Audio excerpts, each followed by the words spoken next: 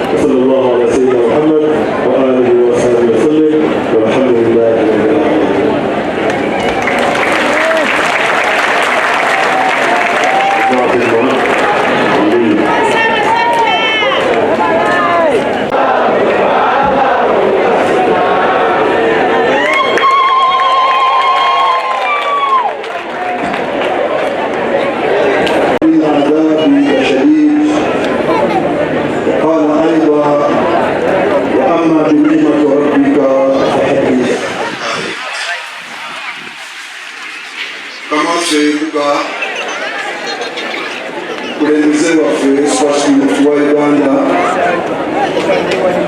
Maama Nnaabagereka Oweekitiibwa Katikkiro wa Buganda, Abalangira n'Abambejja, bajjajja, abakulu b'ebika, bakadde baffe bannaddiini be tuli nabo wano olwaleero ku lusozi Kibuli, abakulembeze baffe mu gavumenti ya Ssaabasajja Kabaka ne gavumenti eri wakati, abantu ba Katonda mwenna, assalamu alaikum wa rahmatullahi wa barakatuh. Mukirize sooke twebaze Allah jalla jalaaluhu olw'ensonga nnyingi, naye mukizo muneegatteko tumwebaze Allah okubanga tuwangaazizza ne tutuuka ku mwaka ogwasatu mu ebiri nga Ssaabasajja Kabaka ali mu Buganda.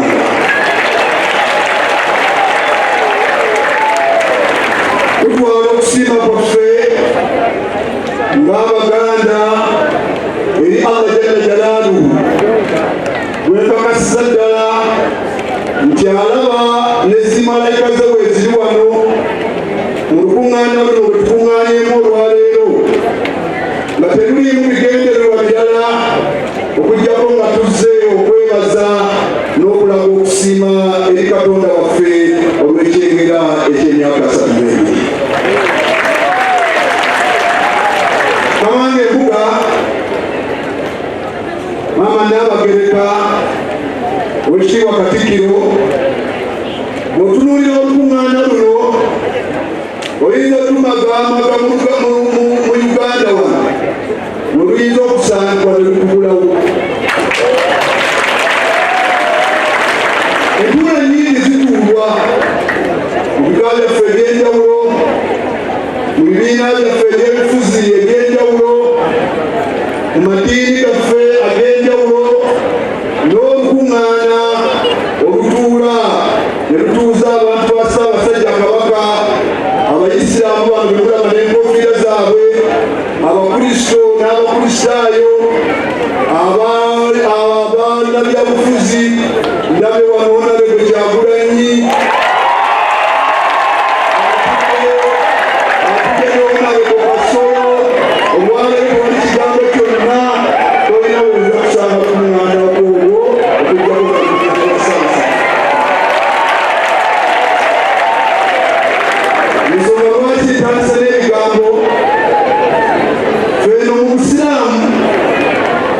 mu bigambo Allah jalla jalaaluhu yatukubiriza nnyo okwebaza.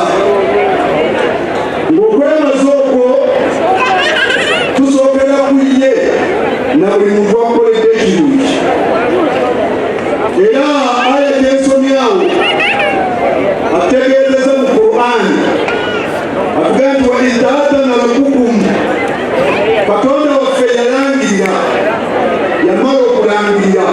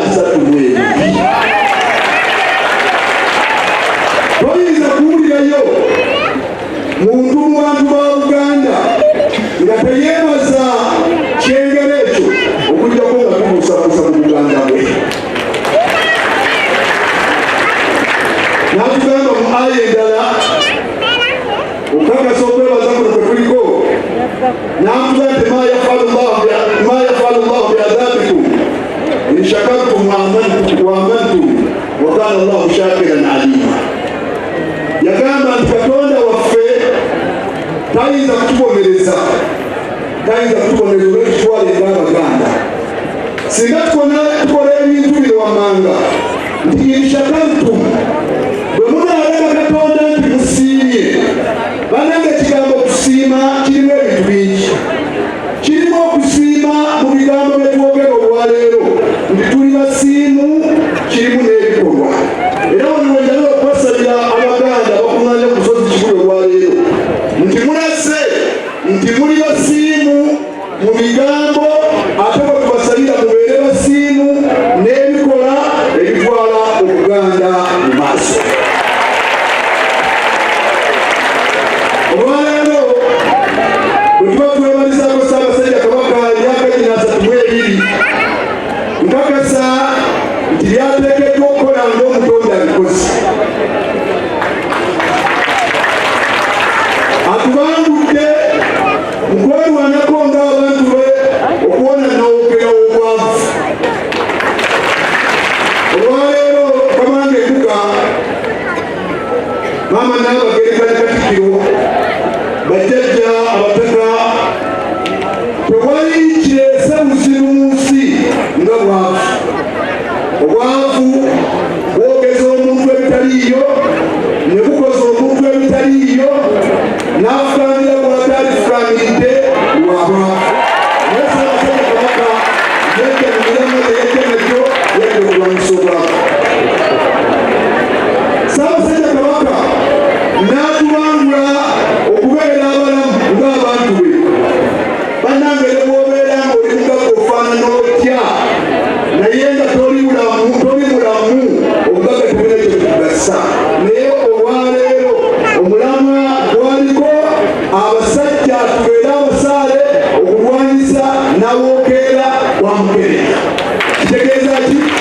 Tubeere balamu. Obugagga bwe tutuma okubeera nga tufuuka abagagga, ojja kusyempeza okukakasa nti oli mulamu. Tewali kiruma ng'agamba nti obugagga wadde naye ate otudde ku kakuli. So tumwebaza Ssaabasajja Kabaka obwekyo. Abantu ba Ssaabasajja Kabaka abali ku Lusozi luno Kibuli, Allah Jalla Jalaaluhu bwe yayogera ku Bwakabaka, manye amadiini gano ge tukkiririzaamu. Olwaleero abantu abataasoma ddiini kugibiikiramu be boonoona eddiini. Naye omuntu eyasoma eddiini n'abbiikira asobola kutegeera Obwakabaka bwonna we buli n'agatta n'eddiini. Tewali ddiini mu madiini ga Katonda nga gakontana n'Obwakabaka. Kona ddala ate ffe abagoberezi b'Olukiiko Nabbi Muhammad. Bw'owuliranga Omusiraamu yenna ng'azanira ku kiba ky'Obwakabaka, manya nti oyo Obusiraamu teyamutegeera. Allah Jalla Jalaaluhu yatugamba mu Qur'an ng'ayogera ku Bwakabaka buno, n'agamba nti kulillahumma maalikal mulki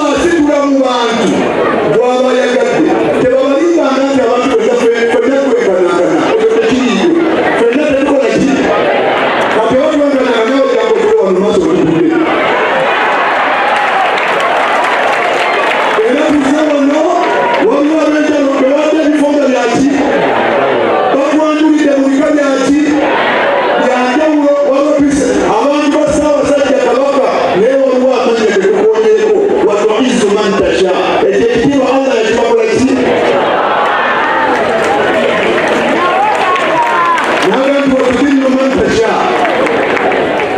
Allah kakanywa abayagati akakanywa abakozeki waliwo abantu abali balitiibwa naye wallahi omanyi ebitiibwa bweyabwe gyebiri mu nsi nga tubikyalimu naye abantu bali tulimu man tasha yagati biyadika alkhayri innaka ala kulli shay'in qadir. Allah yalina ekisumuluzo kya buli kintu kyonna ekirungi ate yakirinako obusobozi bw'obwakabaka okubanga Ronald Mwenda Mutebi gwale atudde ku Namulondo w'obwakabaka bwa Uganda.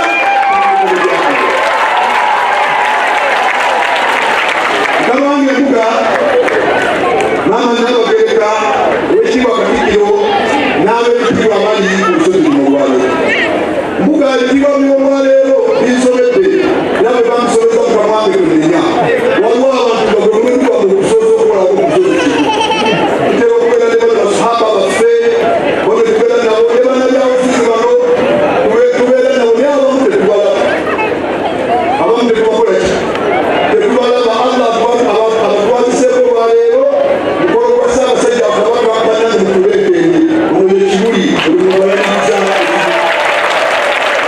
twaze wano Kibuli agwaniriza lero tulaba balwamwama Kibuli tera okubeera nabo balukakaza okubeera nabo abazaala luyirirwa n'abalala tubeera nabo abo naye abalala tetwalaba bane mutandika okujja Ekibuli. Kyembaddeko kigamba nti yatugamba Oweekitiibwa Nabbi Muhammad yagaa nti asultani lwe mulabanga kabaka yenna asultani lwe mulabanga kabaka ki yagambye ilmullahi fil ardi kiba kisiikiriza kya Katonda mu nsi muno.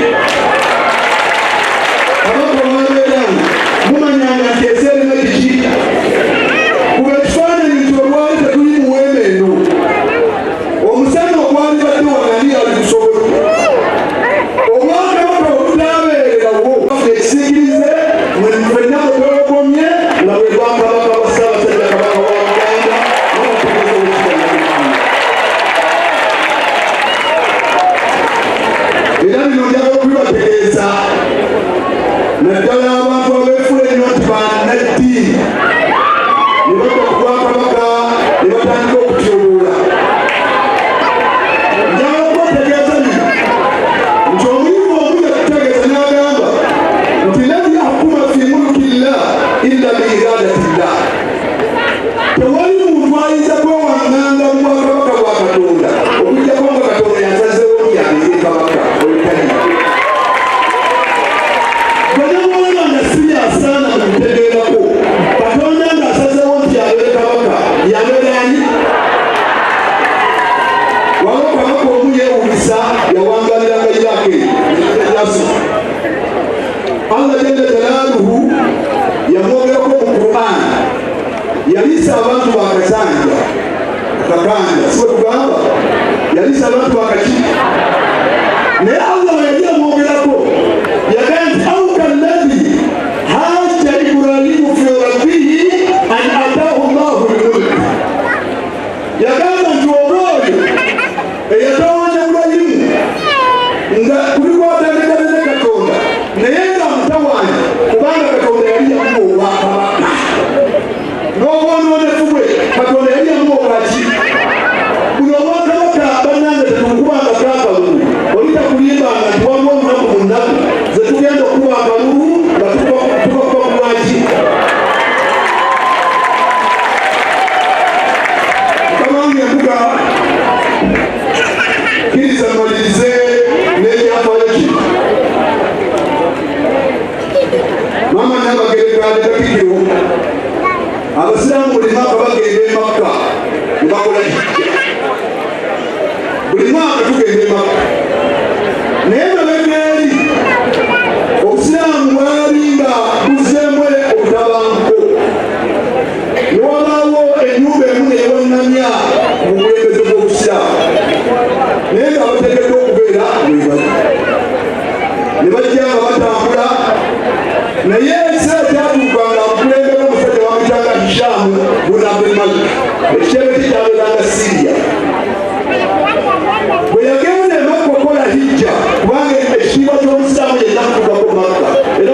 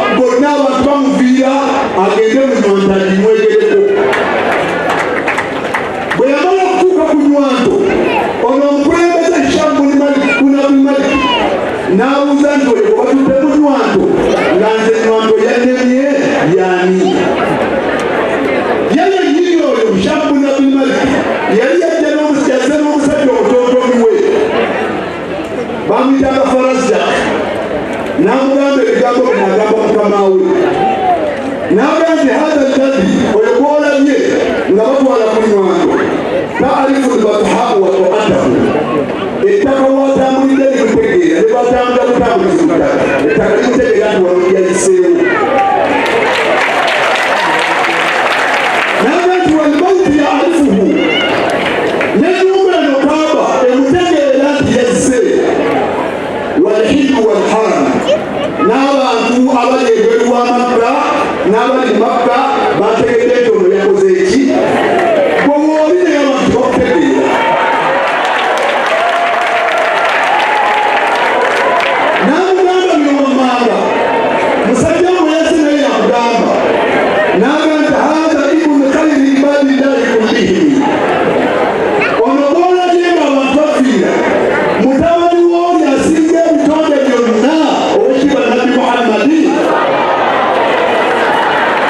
n'agamba haza taqiyu alnaqiyu alzahiru alalam oyo mubaperagera katonda tojja kumusanga alalam bwegwali tategerekeka Hishamu yebuuza nti ati kuŋŋamba n'amugamba haza ibnu Fatima oyo mutabani wani mutabani wa Fatuma in kunta jahilata bw'oba obadde weemuguyaza waliwo omuntu asobola okwemuguyaza ku bwakabaka bwa Buganda ekyebuuza bamubalira n'amannya ga Baganda simanyi bajjajja abana abataka bakulu b'obusolya oba abantu batekubajja kumanya gaffe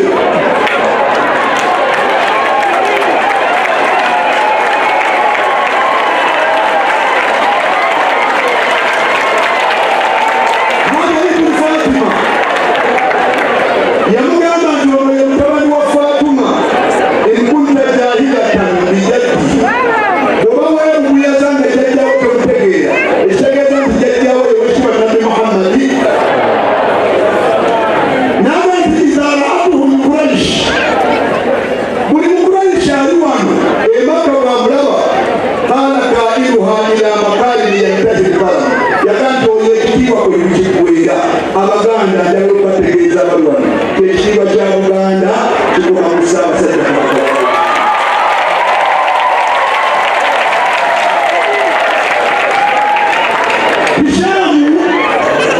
Hishamu oli eyali yemanyi kisolo nnyo yagamba ono omutonde gwe bwe yeze naye terimaza lam tamdahni bimithlihi nze lwaki onyogeddeko ebigambo ngaoyo byomwogeddeko falasitati omutontogi yadde mu mukama we n'amugamba ebifuliro n'amugamba nti hati jaddaka jaddi leetayo jjajjaawo ng'afaananga jjajjaawo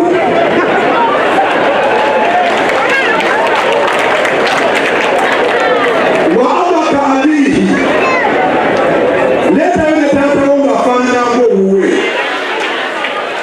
wa ummaka ummihi naawe yogera leetayo maamawo ng'afaanange maamawo hatta aqulu mithluha nja kwogerako ebigambo ebifaananamu ebityo. Salaamu alaikum warahmatullahi.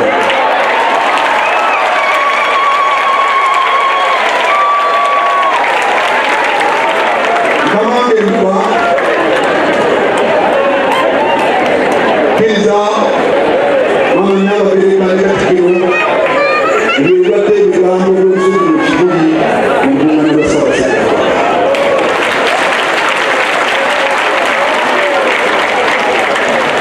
Mukkirize abagenyi ba Ssaabasajja Kabaka mbalage ku bukulembeze obw'enjawulo obulina mu kifo kino. Ekifo kino abamaseeka abakulu olina okubanga okubeerako osusa emyaka 7 babiyita hayatul baalu ulama olina okubanga okubeerako osusa emyaka 7 era eno kasoosuka emyaka 7 toba wasirimufu tobulya sirimufu tabeerako hayatul baalu ulama bakama bafa abaliwo nja kubasaba mwemirire mutole kubakula kusalamu.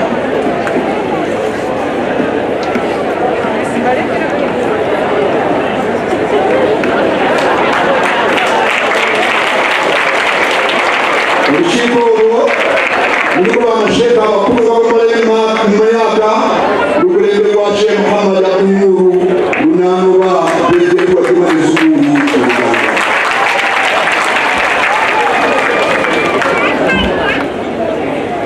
Tulina olukiiko olujjako olukulemberwa mukama wange Supreme Mufti Mwamulabye. Nja kubasaba bamemba b'amanagement abaliwo muyimirire mutole kusala.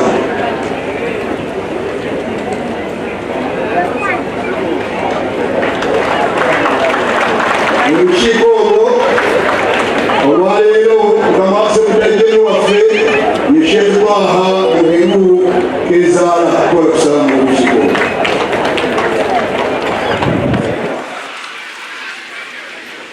Mukama Katikkiro ne Maama Nnaabagereka mukulu w'amawanga. Ssaabasajja Kabaka alina abaami mu buli masaza. Ne mukama waffe Supreme Mufti alina ba Supreme Qadi abamukulemberako disitulikiti ez'enjawulo mu Uganda yonna ne twasobodde okuleeta ababuganda olwaleero nga gali amasaza 18 muyimirire mukama wange tukolasala.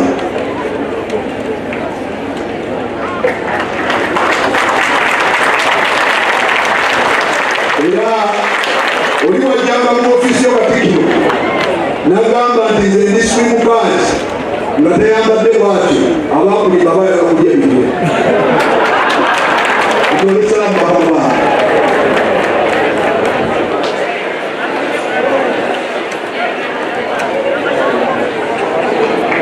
mutule bakama baa abaduuka b'abakaaga abali wano mwendere tukola okusala.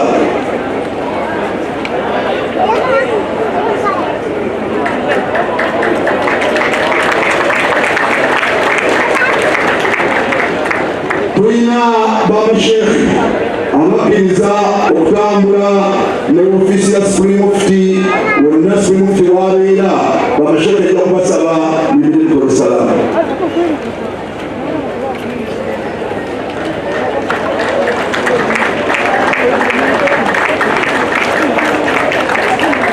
Mukama wange embuga Maama Nnaabagereka ne Katikkiro n'ebigambo ebyo sigadde ebyo Sheikh Yasin Abbas Kiweera ndi muzzukulu wa Namuguzi. Salaamu alaykum warahmatullahi wabarakatuh. Wa alaykum salaam wa rahmatullahi wa barakatuh. Sheikh tumwongere engalo kuba kutuba obadde w'amaanyi obaddemu ebigambo Oweekitiibwa David Mukalgo Katikkiro w'Amasiro e Kasule. Oweekitiibwa Ahmed Magandazi Kago ewaali. Mu ngeri y'enjawulo ababaka abatukiikirira bonna we bali era nja kubasaba basituleko tubalabe. Ababaka ba MP, members of Parliament.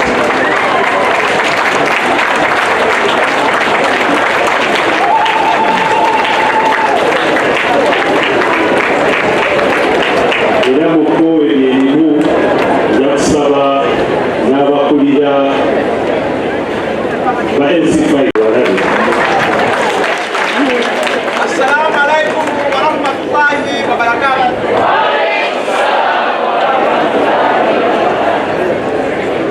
Era mu kkowe lyerimu n'abakulira ebibiina by'ebyobufuzi nabo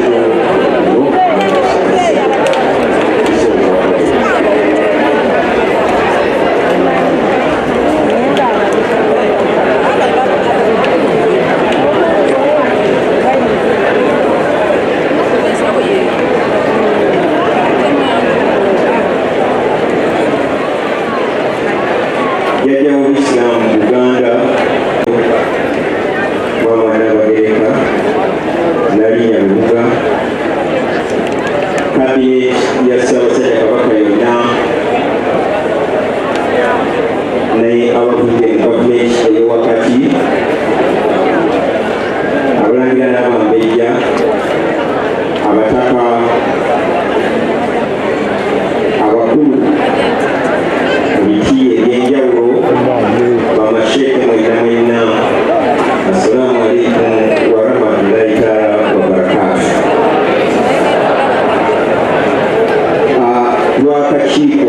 akateteese omukolo guno tuli basanyufu nnyo okulaba nti nno twalondebwa ate nze bampa obukulu obusingako okuba nga nkubiriza bannange nsobole okuteekateeka amatikira ga Ssaabasajja Kabaka ag'emyaka 32.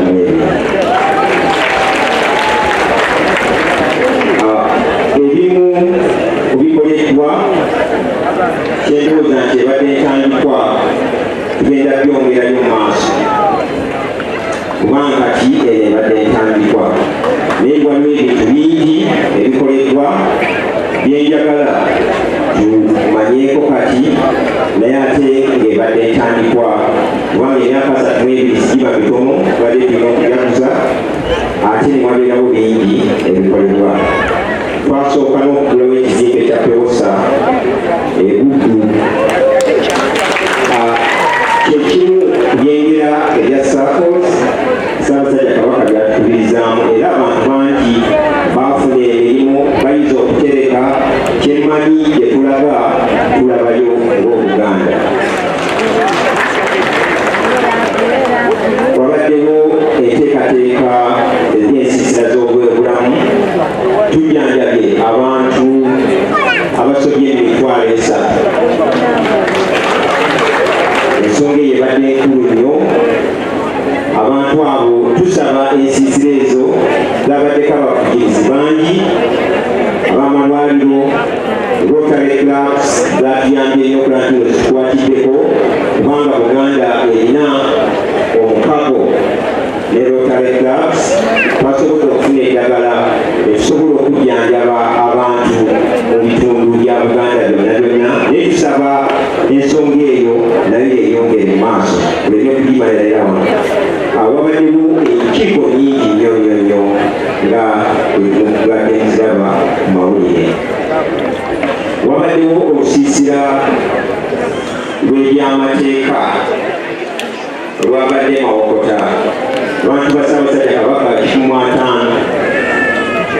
bafunye okuwabulwa era ensonga nnyingi zabadde zigendera nnyo ku butaka. Twebaza nnyo ekitongole Katikkiro kye yateekawo ekituyambye ennyo ekibaddeko abantu ekikulemberwamu Oweekitiibwa Chris Bwanika ekya Legal Department kikulemberwamu Oweekitiibwa Chris Bwanika era bakoze omulimu munene nnyo. Tukubiriza bannayuganda yonna bannayuganda bali wamu yonna tulabe ekiro twenyingira mu kufuna okuwabulwa mu byamateeka okuva ebulange Enmengo. Ensonga ezo weziri mubaddemu okuteekateeka ebyoto.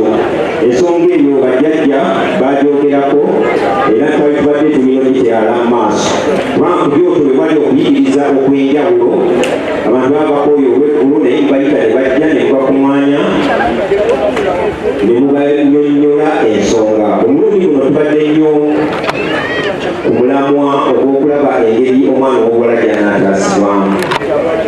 Kale n'olw'ensonga eyo ebyoto ebyo bibadde mu masaza gonna era babeere kasanga kyawo mwasula bulungi nnyo kubanga ebyoto byabakola bulungi. Mwebale nnyo, mwebale ddala kubeera naffe. Waliwo enteekateeka eya bulungibwansi. Ndowooza kino tetuyinza okuba nti kyakutteyo kubanga buli muntu yakoze bulungibwansi. Bulungibwansi yakoleddwa mu masaza gonna gonna aga Buganda. Bonna bulungibwansi yakoleddwa. Twebaza aba masaza gonna n'abalala bonna bonna ababadde bagenyiddemu naye ng'okusingira ddala Oweekitiibwa Mariam Mayanja yabadde akulembera ensonga eyo. Wabaddewo okusaba okwenjawulo mwakulaba. Twebaza abakulu b'eddiini mwenna abali wano nti obubaka bwe mwabufuna ate mwabwongerayo ne busobola okutuuka ku bantu bannanyinibu. Kyatukola bulungi nnyo era abantu ba Ssaabasajja Kabaka nakyo baakifuna. bakubyewo akatabo ak'enjawulo okulaba nti ebintu ebimu oyinza okuba nga temwabikwata oba nga tebiwulidde era ojjagula akatabo ako omukulu ono abadde omumyuka wange mwami Israeli Kazibu Kitooke alina ttiimu yegende Katonda kujja kulaba bwekigenda mu maaso. Twebaza jjajja Omulangira Kassim Nakibinge okubanga yatendese bulungi nnyo etuukusa ensonga eno n'etuuka wano weeri. Ssebo jjajja webale nnyo, webalire ddala. Nebaza baminisita bannange etutambudde nabo era bali mu katabo kano olina okugula akatabo n'okiraba babadde bangi. Kabineti ekoze bulungi nnyo kubanga omukolo tetubadde gwange nzekka, tubadde gwa kabineti yonna. Buli omu akisukiddemu n'agamba nti kino kikolebwe era nekikolebwa mu butuufu bwakyo. Nebaza ab'ebikutu abannamawulire abo bakoze omulimu munene nnyo okulaba nti bamanyisa abantu ba Ssaabasajja Kabaka ebigenda mu maaso. Era nensaba kino kyekibaddeko ebadde etandikwa nga bwe bagambye ensiisa z'ebyobulamu ebyoto byonna byonna tujja kuba tugenda mu maaso tulabe kino mu myaka gino egiddako 33 ate tutambula bulungi nga Ssaabasajja Kabaka abitula mugongo. Nsaba abantu ba Ssaabasajja Kabaka tubeere nga tugenda nnyo n'emirimu Ssaabasajja Kabaka gy'atuwa naddala wano mu Buganda kubanga waliwo ebintu bingi ebisoomooza ne Ssaabasajja Kabaka waali era atuwadde emiramu emirungi. N'olw'ensonga eyo mbasaba abantu ba Ssaabasajja Kabaka temuva ku bigambo bya Ssaabasajja Kabaka kubanga Kikiro abibatuusako bulungi. Twebaza nnyo ttiimu Kibuli, ttiimu Mengo betukoze nabo. Ssaabasajja Kabaka wangaale. Assalaamu alaikum warahmatullahi wabarakatuh.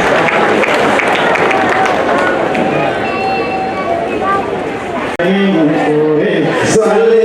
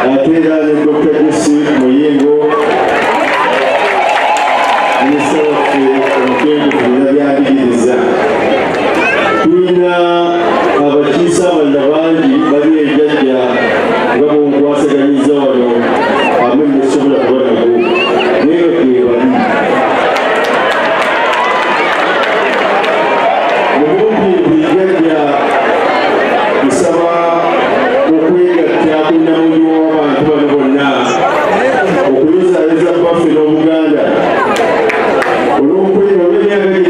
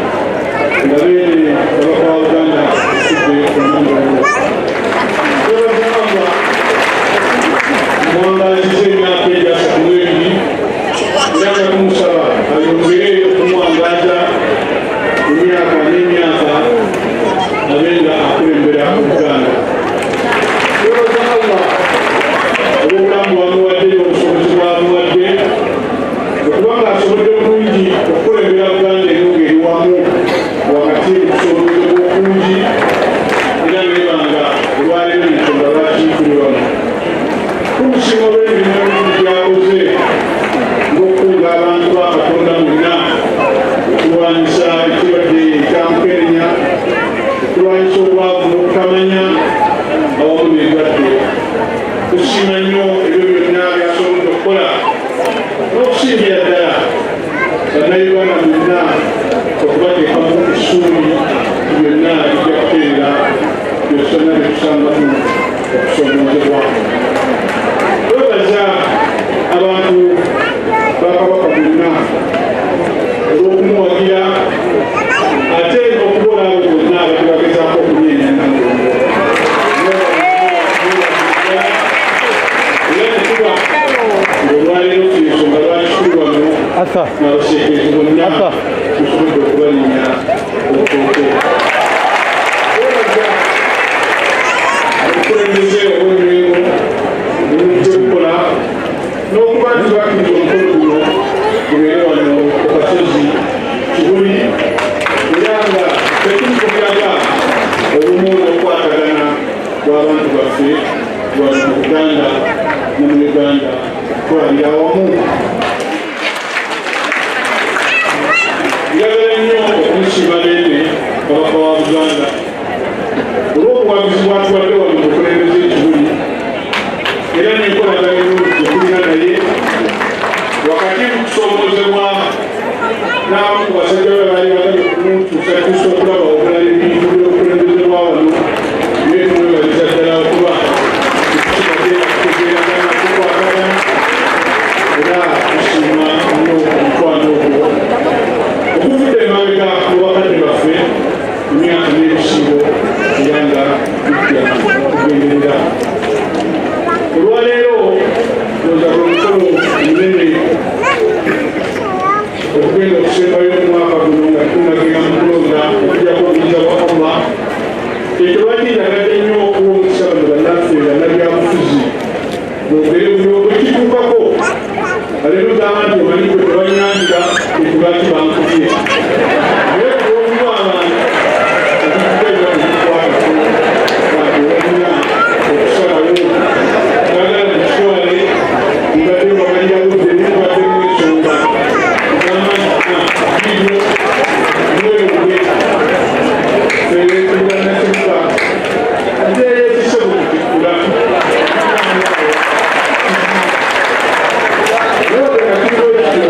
yakuba olusamulo okukunga bannayuganda bonna okutwalira awamu okulonda kujja kyabamukuyingiremu ku mitendera gyonna inatolonzi kaseera bituusa babantu obukulu temukirizaamu miwaatwa temukiriza bati lwemwagamba okuyengiramu atasobola ajja kukulembera ku kyalo ate otandika okubuuza noleka mukasembala kajjako olukumba naye nga gwe wagala okugenda okufunda omukulu otukaawo kakoloozi bakusobekabwaero si kagambe bwesimumanyi ku kyalo kyange lwekyako kakati bannaffe mbasaba nnyo ebintu obeera obuvunanyizibwa mubutuukiriza emitendera gyonna. Basaba nnyo tuwagire abo bonna abalina empapula, abalina obumanyirivu, abalina ebisaanyizo baba bebatuukiridde bebatunuulire bube nga buyingira nabo. Omulembe gwe tuliko gwakuvuganya ekijja kusangawo era tunakusanga ku kkulu mubatunuulire abalina ebisaanyizo, abalina obuvunaanyizibwa mube mu mweka waabwe tusobole okutambula Uganda. Naye abasaba abantu bano beetegereze nnyo waliwo bannaffe bannakigwanyizi abayingirira ebimeenu balya mu bimeenu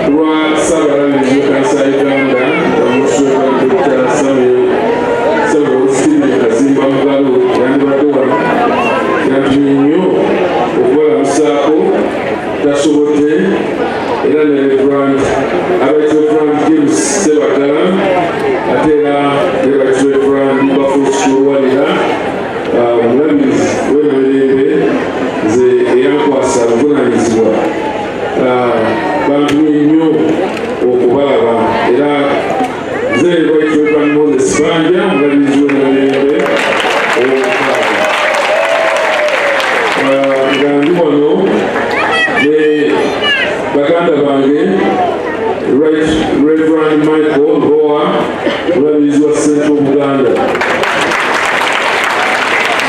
Era ngandi wano ne Right Reverend Dr. Hamilton Mutebi, Mulabirizi wa Kampala ya Wuna. Ate ngandi wano ne Reverend Canon Kasujja, muno ye batiza Ssaabasajja Kabaka. Atera Reverend Canon Henry Sekawa, mwansi w'Obulabirizi Enamirembe, Reverend Sekawa Katuwa Kyapere w'Obulabirizi Enamirembe. Otuze wano okuyozayoza nnyo Ssaabasajja Kabaka wa Buganda olw'okutuuka ku matikkira ag'omulundi ogwasatu mu ebiri ng'atudde ku Namulondo alamula Obuganda. Era twebazizza nnyo olw'enteekateeka eno ennungi, era twagaliza Ssaabasajja Kabaka ate obuwanguzi n'emyaka mingi nnyo ng'atulamula. Katonda abeere wamu nammwe, kampe baganda baffe. Tulina mukadde waffe okuva mu Ekereziya, Bishop agenda kweyanjulira era nategeeza nibaani abo.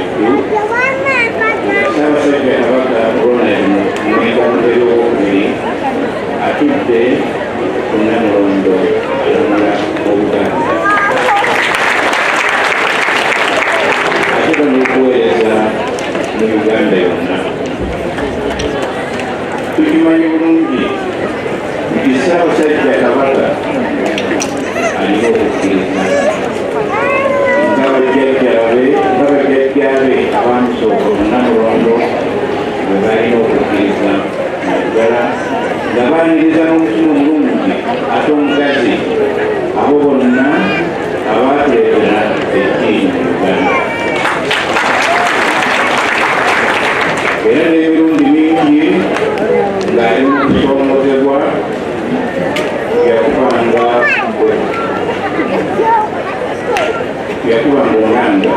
sabire tugenda kutereera ate sabe n'emirembe muggwanga lyonna entasinga ebulagiwa twebaza ab'ekibi okutereka omukolo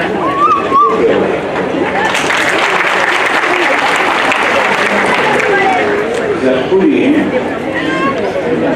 eyali mwemu akakomwana erangoye kituufu kabaka obwesige bwe omukama obwesige bwe mumukama n'olwekisa gy'oli ali waggulu ddala kalinyengezebwako ebigwagaza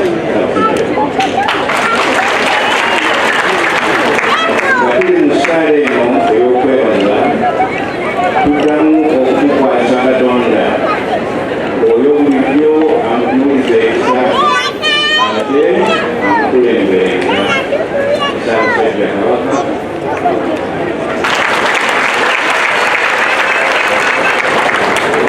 obange mwanga okwebaza abateesebyesa omukolo guno yebaza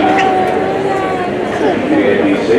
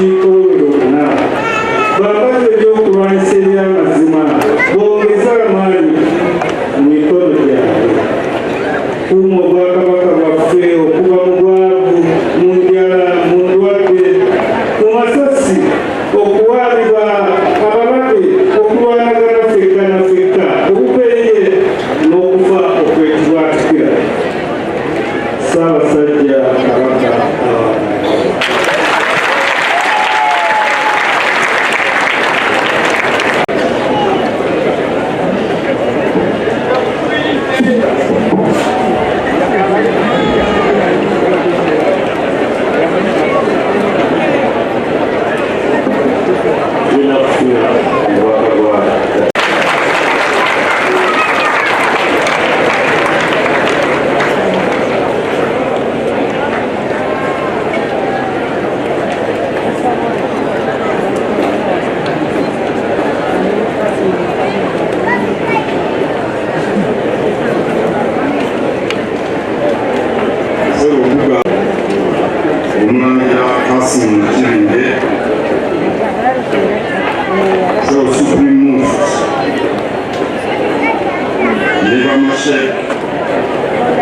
abakulu bonna abali wano wamu n'obukulembeze bw'eddiini ku lusozi Kibuli,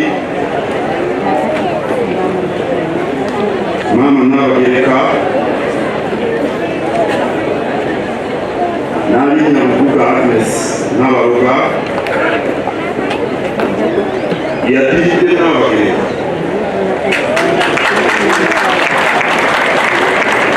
n'alinnya Saara Kagere yaddiridde n'alinnya Lubuga, naye asembye nnyo Oweekitiibwa Baali Mugera ye yamuliraana. Ataddiridde Oweekitiibwa Baali Mugera ye n'alinnya Dina Kigga, ataddiridde n'alinnya Dina Kigga ye Mumbejja Christine Gertrude Nabanaakulya, ate aliraanye Omumbejja Nabanaakulya ye Mulangira David Kingi Wasajja, ate aliraanye Omulangira Wasajja ye Mulangira Richard Ssemakookiro.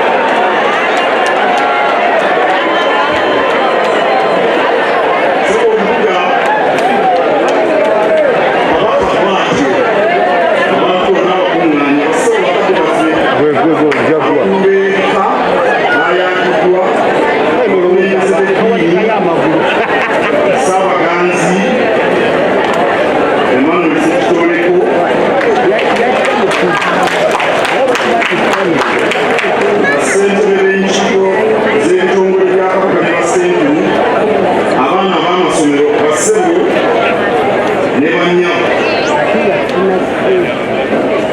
mbalamusizza nnyo mwenna era mbeebaza nnyo nnyini olw'okukuŋŋaana ku lusozi luno olw'ebyafaayo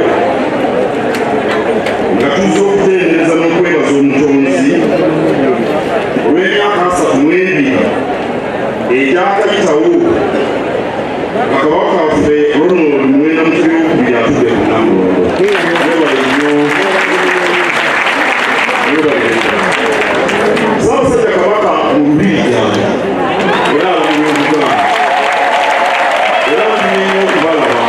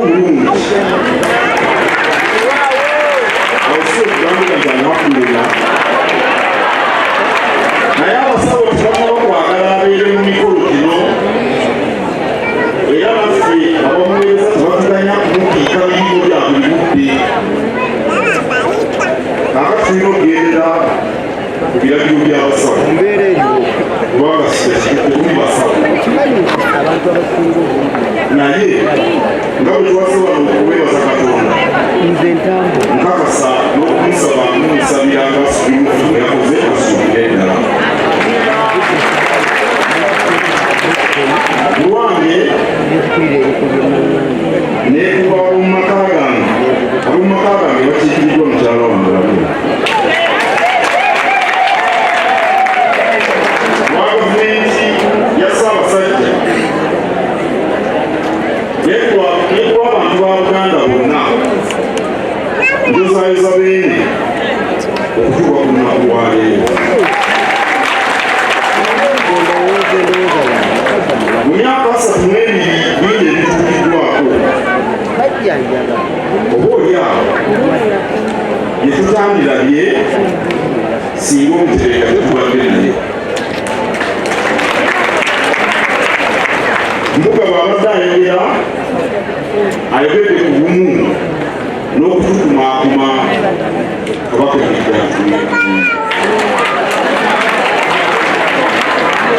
okukumiza obuwangwa n'ennono zaffe, okutumbula ebyobulamu, ebyenjigiriza n'enkulaakulana, okuyitimusa ebyempuliziganya, okusoosowaza abavubuka. Tunokolayo binokole naye twebaza Lugaba asobozesezza Omutanda okubituusaako mu myaka 32.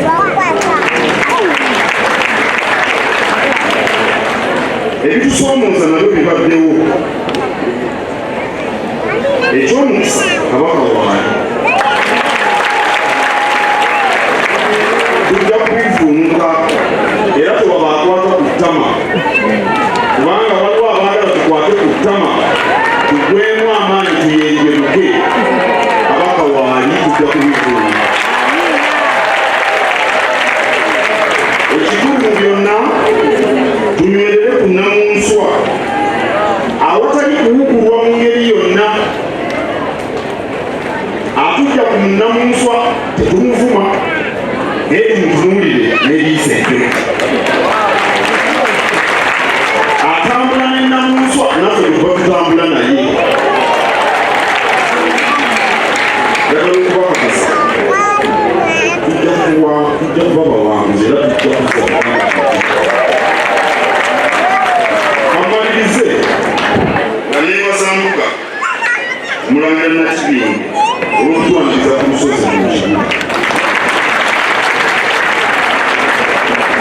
munyegateko twebaze Supreme Mufti olw'essaawa ey'enjawulo yaweereza olw'emyaka 32. Nebaza nnyo Sheikh Kiweewa muzzukulu wa Namuguzi ekiyise abadde makola n'engeri.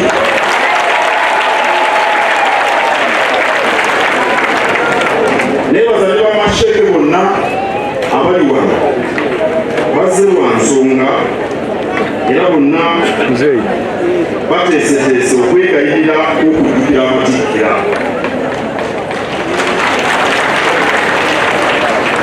Nebaza abaana abakimisimu ya secondary school abatuyiridde akayimba akawoomu ekyenkanidda. Nebaza n'ab'amataala. Waliwo abaleese amakula aga cuucu, mwebale nnyo bonna tugenda kugamwanjulira. Nebaza bannamikago n'abavugirizi nabendeko ali balunyoyo wa Airtel, tubeebaza nnyo. N'ebitongole byaffe byonna by'Obwakabaka nabyo bivugirira. Nawe nebaza abeebazizza olukiiko olutesitesi olukulembera olukiiko lwakumira Lwasa omumyuka w'omukubiriza olukiiko lwa Buganda. Weebale nnyo, weebalire ddala. Maliriza nga nebaza mwenna abazze ate n'abagoberedde emikolo mikutu gy'empuliziganya egy'enjawulo. Ssaabasajja Kabaka wangaala.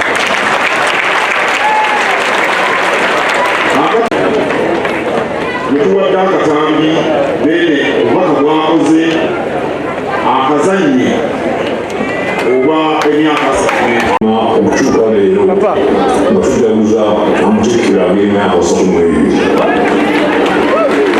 Tusiima n'okweyumiriza ennyo mu bantu ba Buganda abali mu byalo, abali mu bibuga, amasaza era n'abo abali ebweru wa Buganda ne Uganda. Wakati mu bisoomoozo ebingi ebiriwo ensangi zino mulwanyi masajja okukuuma ekitiibwa kya Namulondo. Tubeebaza bulijjo olw'okubeera abavumu n'okulembera ku nsonga ezikwata ku Bwakabaka bwaffe. Tusaba nti tumuddirira era mwewale abo bonna ababufudde omuze okwerimbika mu mateeka agatali matuufu okusobola okunafuya mu Bwakabaka. Kino tukirabye emirundi mingi. Abakulembeze mu Buganda ku mitendera gyonna tubeebaza.